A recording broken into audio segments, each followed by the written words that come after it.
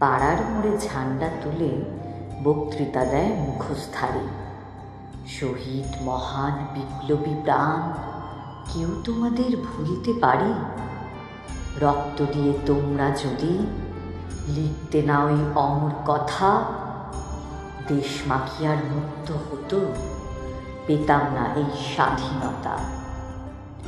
সামনে কজন রিক্সা চালক, ঘাম ঝরানো কজন মানুষ, পথের পাশের দোকান থেকে উঠিয়ে আনা সবজিওলা নীরব হয়ে শুনতে থাকে ঘাড় মোটা ওই নেতার ভাষণ।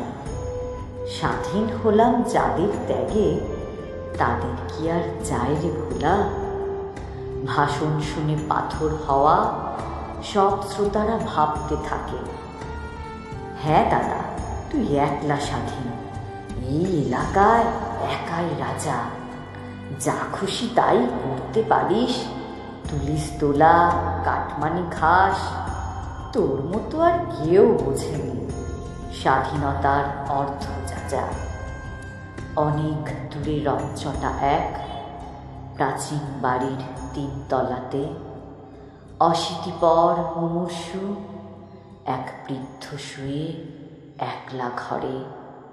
আকুল হয়ে আবছা স্মৃতি হাতড়ে বেড়ান অগ্নিযুগের। নেতার ভাষণ তাঁর দেওয়ালেও স্বাধীনভাবেই আছড়ে পড়ে।